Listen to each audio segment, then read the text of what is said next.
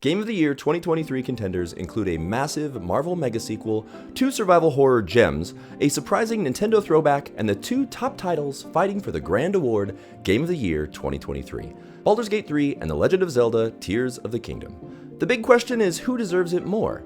And what the heck happened to the other huge games that were released this year? Baldurs Gate 3 won a record 7 awards at the Golden Joystick Awards.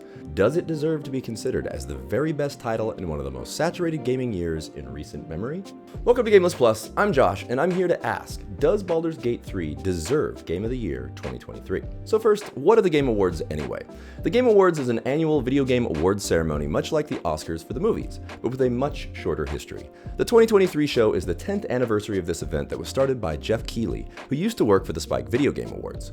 It may not be the most prestigious award show in reality, but it's the most talked about video game award show by far. The Game Awards has winners of tons of categories covering all the main gaming genres: best direction, design, music, and even esports teams and individuals. In addition to all the awards, it's a great format to feature the premieres of upcoming games and to release a lot of new information on previously announced titles as well. Okay, so let's go over the nominees for Game of the Year. 2023 was an amazing year for video games. An incredible number of top-notch games flowed from developers into our hands and set up camp in our eager hearts. The list of awesome games is really big this year, but at the Game Awards there are only 6 nominees for the biggest award, Game of the Year: Alan Wake 2. The survival horror sequel landed on the list of the top 6 nominees with its incredible graphics, top-notch storytelling, and signature Remedy Entertainment styling. We've also got the PS5's sleek new sequel, Spider-Man 2. Milking the very best graphics out of the PS5 with awesome new bad guys, new regions of New York City to explore, Venom, new powers and abilities, plus instant switching between Miles Morales and Peter Parker. Resident Evil 4 took everyone by surprise, landing on the nominee list. It's an amazing game, but it is a remake. The game itself is not new, but with the revamped and downright gorgeous graphics, it somehow landed itself on the nominee list. This is actually a bit of a controversial game to have on the list because it makes you wonder if they could just start making remakes of everything and putting remakes on the Game of the Year list over and over again. Feels a little off. This is actually worthy of an entire video all its own, which is not this video, so we'll get into that another time. Another somewhat surprising game on the list is Super Mario Bros. Wonder. It certainly deserves it as it's a fantastic game, but it's a little surprising considering it's a 2D side-scroller. The game does feature killer gameplay, awesome multiplayer, and is a downright joy to play. One of the most obvious choices that simply had to be on the list is the incredible Legend of Zelda Tears of the Kingdom, the absolute masterpiece of a game that once again redefines what an open world can be. The game built on the already amazing system created with Breath of the Wild and took it to an incredible new level, with building mechanics and a much more massive world to explore. And finally, Baldurs Gate 3, the game that truly surprised everyone, including me. It's a CRPG, which means computer role-playing game, with a colorful cast of characters, a deep and rich storyline, amazing voice acting, hundreds of spells and abilities, insane customization options, and a vast array of gaming choices. Baldurs Gate 3 already won a record-breaking 7 awards at the Golden Joystick Awards, including their Ultimate Game of the Year award. It can easily be said that among the nominees that are here, it really does come down to Baldurs Gate 3 and Legend of Zelda Tears of the Kingdom.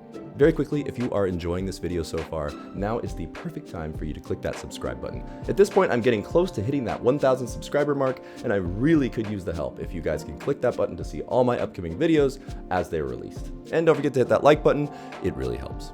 Now, let's talk about the snubs. I just want to mention the elephant in the room, and no, I don't mean Mario.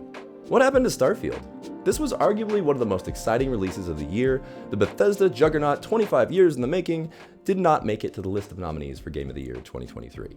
Many Xbox owners are rather upset by this, especially because Resident Evil 4 is a remake and managed to slide in to take one of the 6 slots. Again, this could be a video all to its own. Starfield wasn't completely excluded from the Game Awards, mind you. It was nominated for Best RPG of the Year, but it is strangely absent as a nominee for Game of the Year, which really did surprise me. I expected it to be a head-to-head-to-head between Baldurs Gate 3, Tears of the Kingdom, and Starfield. But it's just going to be the massive Nintendo release versus the obscure yet incredible turn-based D&D game. Another completely snubbed title was Hogwarts Legacy with 0 nominations at the entire show.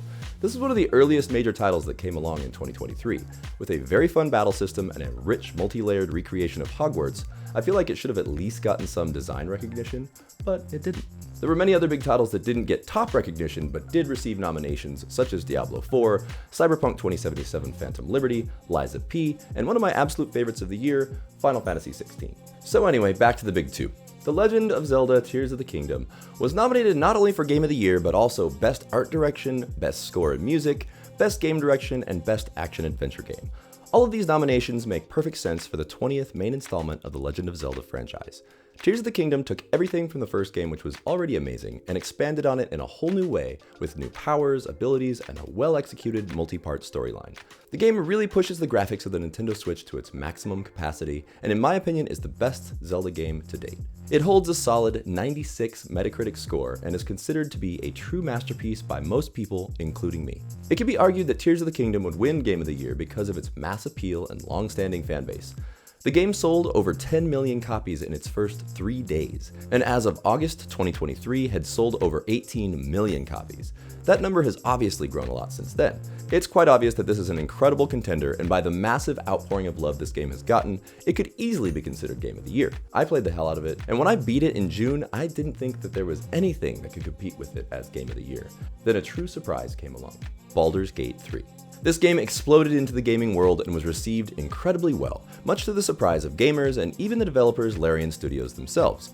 As I said before, it just won a record-breaking 7 awards at the Golden Joystick Awards, and it wasn't just nominated for Game of the Year at the Game Awards. It was also nominated for Best Game Direction, Best Narrative, Best Score and Music by the amazing Borislav Slavov, Best Performance by Neil Newbin, who played Asterion, Best Community Support, Best RPG, and even Best Multiplayer. From my own enjoyment of this game, I can say for sure that it deserves every single one of these nominations. This Dungeons & Dragons sequel has a solid 96 Metacritic score, and since its release on August 3rd, as of late October, sales estimates are said to be at least 10 million, and some sources have even reported all the way up to 20 million copies sold. So beyond all that, who deserves the award? I mean, it could definitely be argued that both games do deserve to win Game of the Year, but I really think Baldur's Gate 3, in the grand scheme of things, deserves Game of the Year for 2023. The Game Awards usually has some kind of more obscure sort of indie game in its top list of nominees. This year was a big exception to that. I have a feeling the reason that it ended up like it did is because they realized that Baldur's Gate 3 was obscure enough to the mass audiences to kind of fill that slot. Of course, now having possibly sold up to 20 million copies, it definitely does not fall into that category anymore, and Larian Studios is truly a AAA game company now. Another big reason I think it'll win is simply the fact that people who know you can go vote for the Game of the Year tend to be more adult players. I don't think that many kids who play Tears of the Kingdom are logging on to the Video Game Awards website to vote for Tears of the Kingdom. Also, just polling you guys right here on GameList Plus and seeing what you think, Baldur's Gate 3 wins by a landslide. In summary, both Legend of Zelda Tears of the Kingdom and Baldur's Gate 3 deserve to win Game of the Year, but Baldur's Gate 3 deserves it just a little bit more for being such a big surprise, being so innovative, and converting a lot of people who have never even played a CRPG to the genre. So, that's what I think. What do you think? What is the most clear reason that Baldur's Gate 3 is the best game of the year? Do you feel like Starfield should have at least been nominated? What do you think about remakes being nominated for Game of the Year? How do you feel about the snubbed games? What was your absolute favorite game of 2023? Let's talk about it in the comments below. That's it for today. Thank you guys for watching, and I will see you next time on GameList Plus.